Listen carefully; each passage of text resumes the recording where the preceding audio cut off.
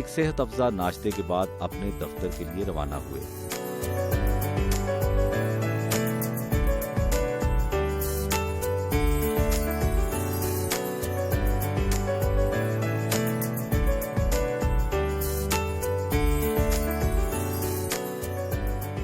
Doctor صاحب، آپ کا زیادہ فیملی کا تعلق قانون دان فیملی سے ہے، آپ میڈیکل شعبے میں کیسے آئے اور آپ کو کوئی ذاتی دلچسپی تھی اس شعبے سے؟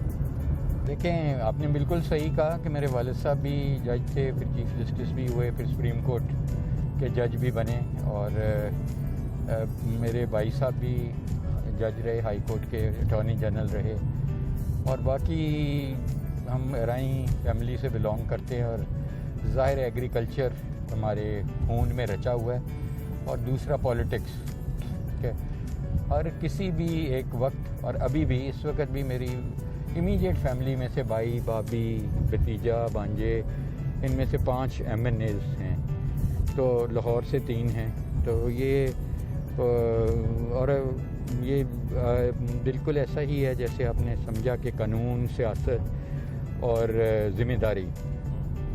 میرے نانا جو ہے وہ پہلے میئر تھے لاہور کے، ملک بشیر صاحب، لیکن دیکھیں جب بہت بڑا ایک تناور درخت ہوتا ہے، چاہے وہ لاء کا ہو، چاہے کوئی، اس میں نیچے چھوٹے چھوٹے پودے نہیں ابھر سکتے، تو ہمیشہ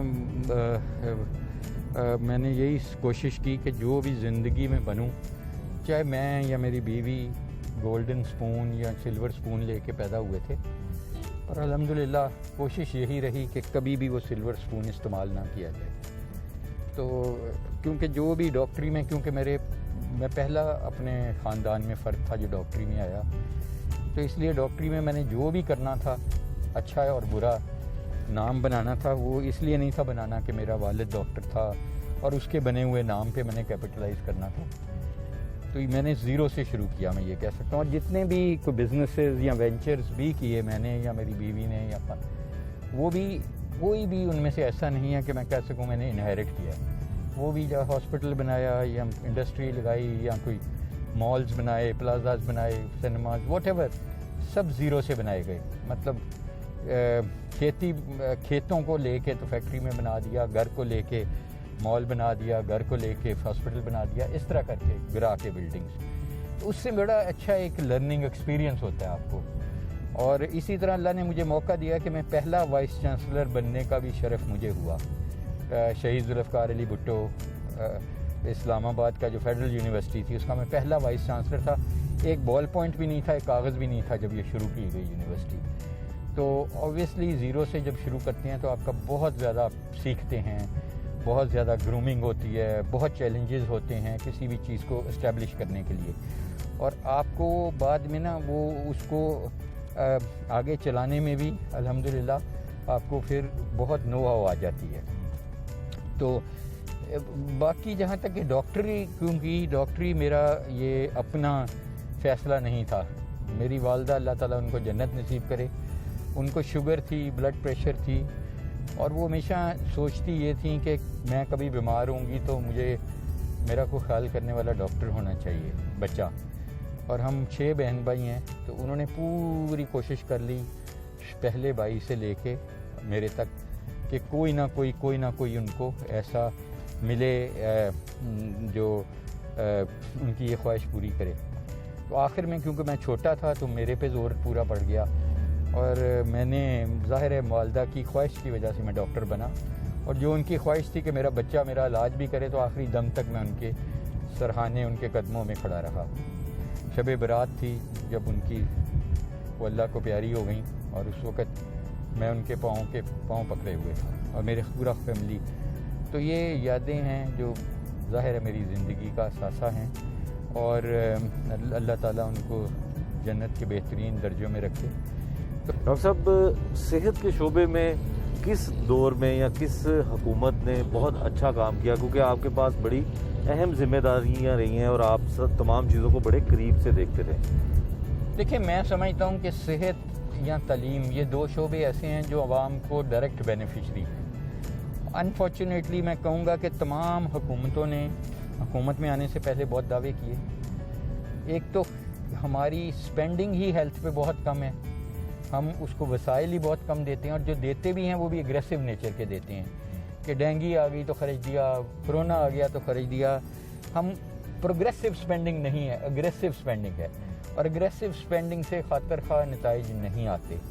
آپ الیکشن کے قریب ہمیشہ نعرے دیکھیں گے صحت کا اور تعلیم کا، لیکن الیکشن کے بعد وہ جوش و جذبہ نہیں رہتا، ترجیحات بدل جاتی ہیں. ہمارے جب سپینڈنگ اگر آپ سری لنکا سے ہمیں کمپیئر کریں، بنگلہ دیش سے کریں، تو ہم آدھی بھی نہیں پر کیپٹل سپینڈ کر رہے ہیں. جی ڈی پی کا بھی بہت کم سپینڈ کر رہے ہیں، اور سپینڈنگ بھی ہماری پروگریسو نیچر کی رہی ہیں. اسی لیے نتائج خاطر خواہ نہیں آتے. میں سمجھتا ہوں کہ اس کے لیے ہمیں بہت زیادہ پولیٹیکل ول کی ضرورت ہے، بیکاز جب آپ percentage of G D P لیتے ہیں تو کہیں سے تو لے کے اس کو دیں گے نا. اور ظاہر ہے کہ وہ اگر ہمارا ڈیفنس پہ اتنا ایکسپینڈیچر ہو جاتا ہے تو بچتا ہی بہت کم ہے.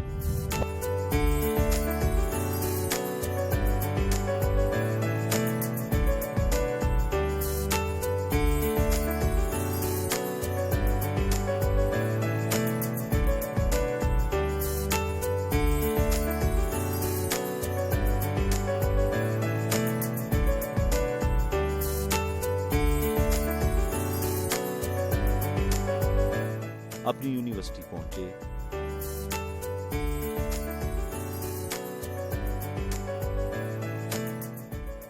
وہاں گلوبل ڈینٹل الائنس کے بارے میں بتایا اور اپنی پی ایس آئی ایم کے بارے میں بتایا، اور پی ایس آئی ایم کی ٹیم سے بھی ہمیں آشنا کروایا. ڈاکٹر صاحب یہ کیا ہے؟ یہ کوئی یونیورسٹی کے مونوگرامز ہیں؟ کیا ہے یہ ہماری ابھی کرونا سے پہلے ایک ڈینٹل کانفرنس ہوئی تھی انٹرنیشنل، کیونکہ ڈینٹسٹری آپ کو پتہ ہی ہے کہ بہت امپورٹنٹ سبجیکٹ ہے، لیکن انفارچونیٹلی یہ بڑا اگنورڈ سبجیکٹ ہے.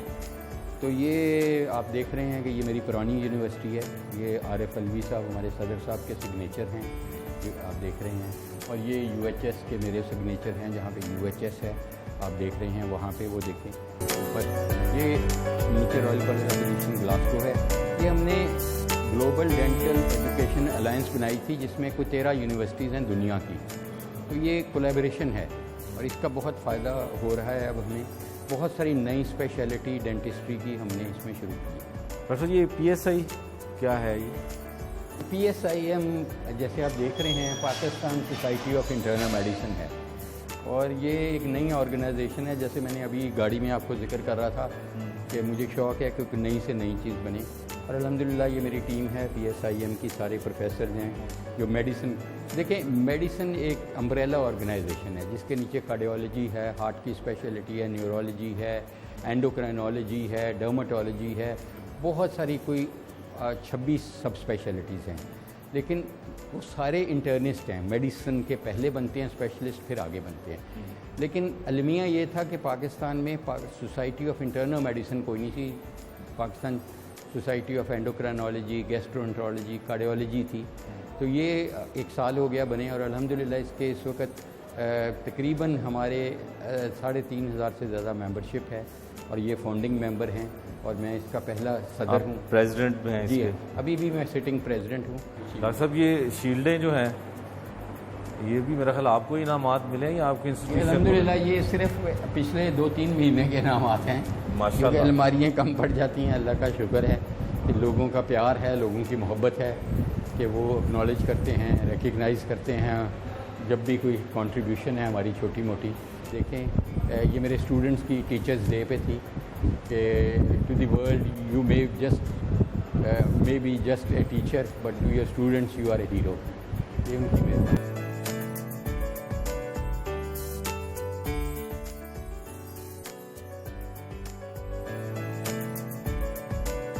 پھر اپنے اسٹوڈنٹس کے ساتھ آن لائن میٹنگ کی.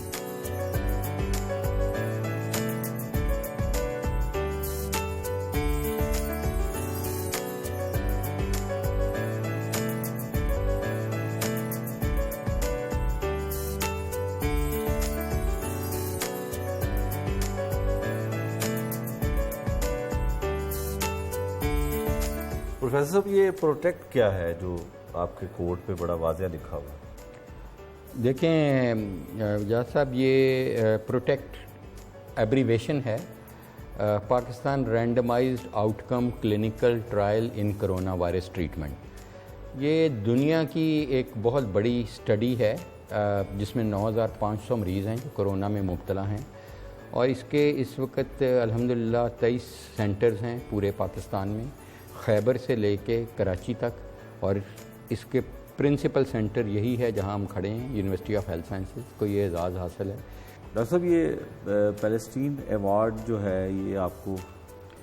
دیکھیں اجاز صاحب، یہ پیلسٹائن ہمارے دل کے بہت قریب ہے، بینگ اے مسلم، ہمارا قبلہ اول وہیں ہے مسجد اقصیٰ، اور حضور جب معراج شریف پہ گئے تو وہ بھی بہت امپورٹنس ہے اس کی۔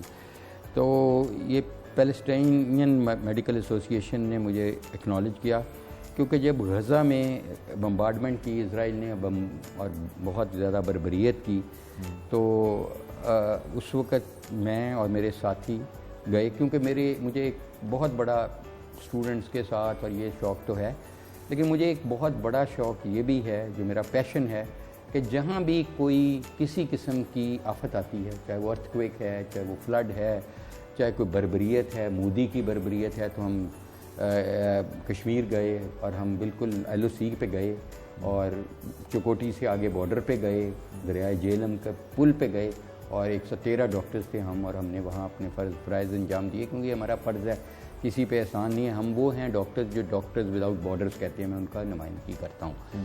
تو ظاہر ہے میں پیلسٹائن بھی گیا جب بہت زیادہ غزہ میں بمبارڈمنٹ ہوئی، بہت لوگ شہید ہوئے، بہت زخمی ہوئے ہمارے فلسطینی بھائی، تو فلسطینین میڈیکل ایسوسی ایشن مجھے آنر کرتی رہتی ہے اور مجھے بلاتی رہتی ہے فار لیکچرز، اور وہ بھی ادھر آئے پاکستان میرے پاس، ہمارے سر کا جھومر ہیں، وہ ہمارے ماتھے کا جھومر ہیں۔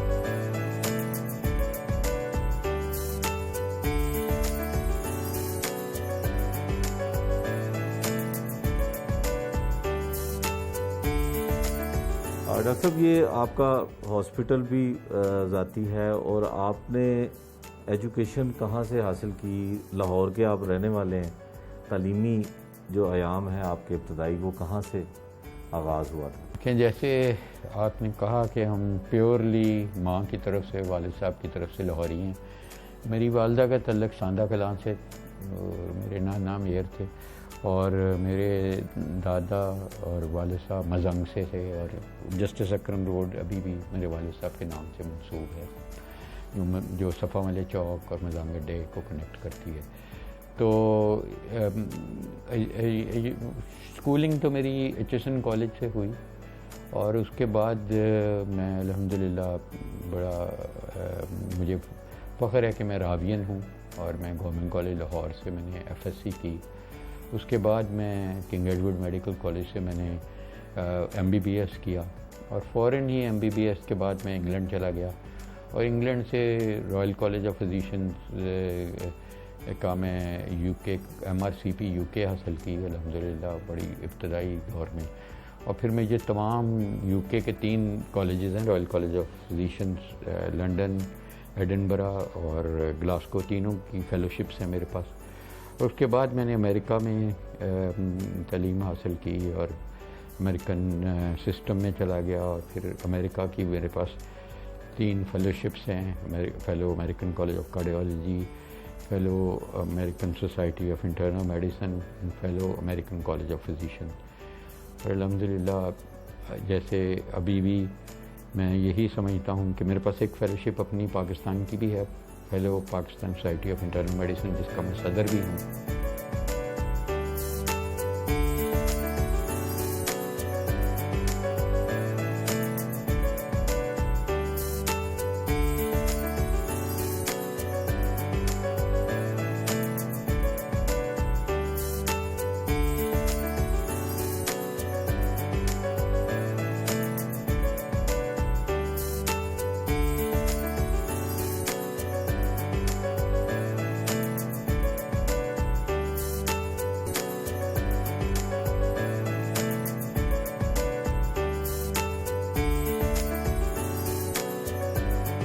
آخر میں اپنے ذاتی ہسپتال گئے اور کورونا کے مریضوں سے ملاقات کی۔